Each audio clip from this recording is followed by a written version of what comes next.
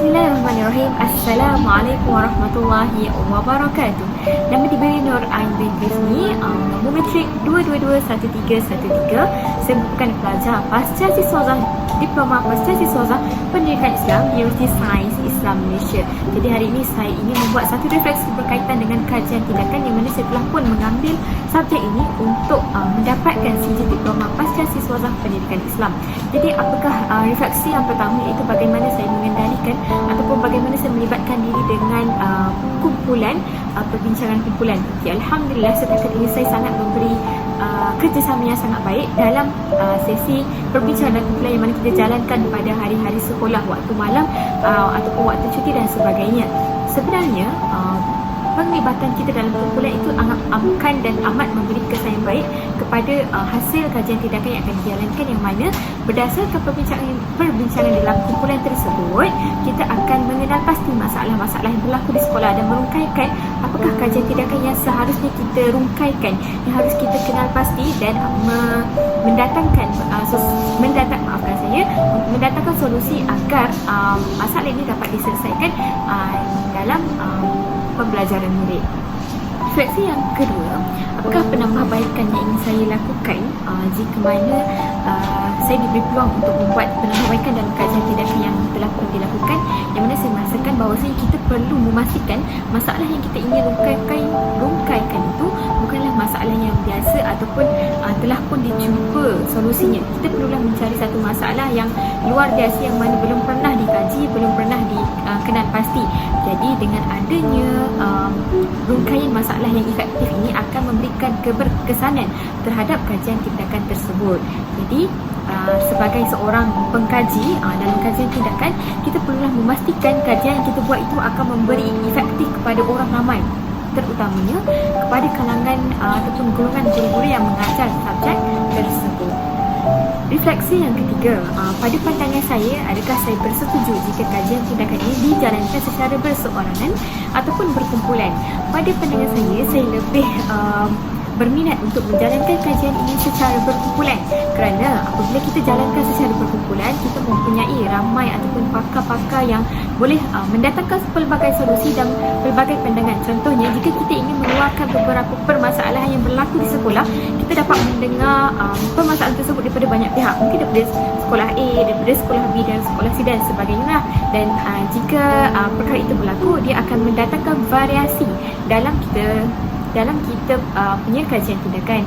Jadi dengan adanya aktiviti ataupun kajian tindakan ini secara berkumpulan, kita juga dapat mendatangkan pelbagai solusi yang lebih menarik, yang lebih efektif, yang lebih berkesan terhadap sekolah, sebab setiap orang mempunyai pandangan masing-masing dan pengalaman-pengalaman yang akan membantu seseorang guru itu ataupun seseorang pengkaji itu dalam mendatangkan solusi yang betul-betul berkesan, bukan sahaja kepada seorang guru tersebut, tetapi kepada masyarakat ataupun kepada guru-guru sekolah lain ataupun kepada guru-guru dengan secara lebih meluas lah, bukan kepada seorang individu itu sahaja. Jadi dengan ini, menjalankan kajian tindakan secara berkumpulan adalah lebih berkesan menurut pandangan saya. Okay, seterusnya, apakah kebaikan jika kajian tindakan ini dijalankan oleh seseorang yang memegang jawatan sebagai guru ataupun orang yang melibatkan diri dalam profesi perguruan? Okey, pada pandangan saya, ini sangat memberi kesan ataupun memberi kepentingan kepada seseorang guru itu, supaya jika kita mengalami masalah dalam pengajaran dan pembelajaran di dalam kelas ataupun di sekolah, dengan adanya kajian tindakan ini yang membuatkan kita boleh mengkaji permasalahan tersebut dan mendatangkan beberapa solusi supaya ianya akan memberi impak kepada pelajar-pelajar lain lah. Contohnya, jika di dalam kelas pelajar kurang memahami ataupun kurang senang untuk memahami tentang sirah ataupun untuk mengetahui sejarah Rasulullah, ataupun kurang berminat untuk memahami sejarah Rasulullah, dengan adanya kajian tindakan yang mengkaji bagaimana kita dapat menarik perhatian pelajar supaya mereka ini lebih berminat untuk mempelajari sirah, dia akan membuatkan pembelajaran itu nanti akan menjadi lebih menarik, lebih efektif dan akan memberi kesan kepada diri mereka secara lebih mendalam. Dan dengan adanya kajian tindakan ini akan membantu guru tersebut untuk menguasai dan menghasilkan hasil keputusan peperiksaan yang lebih baik dan menghasilkan pelajar yang lebih memahami, mendalami apa yang dipelajari berdasarkan kisah sirah tersebut. terakhir sekali, bagaimana kajian tindakan ini membantu saya secara peribadi.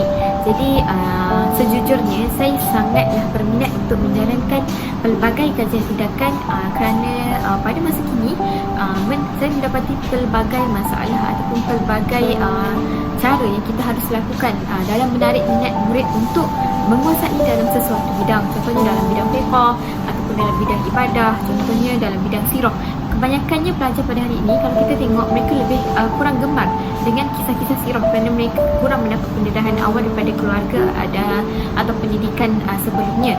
Dengan adanya kajian tindakan ini akan membuatkan kita lebih peka, lebih cakna bagaimana seorang guru itu ataupun bagaimana seorang guru pendidikan Islam itu khususnya harus menjalankan satu ataupun mendatangkan satu solusi untuk menangani masalah ini dan menjadikan mereka lebih faham kepada sirah atau sejarah Islam itu sendiri.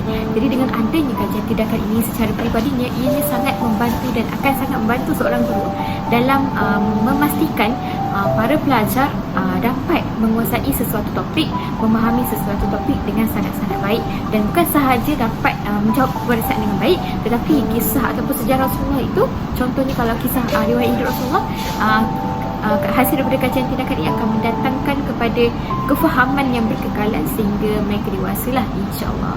Jadi itu sahaja daripada saya. Terima kasih kepada Prof di atas kesediaan Prof untuk memberikan saya membuat refleksi dan mengajar saya sepanjang semester ini.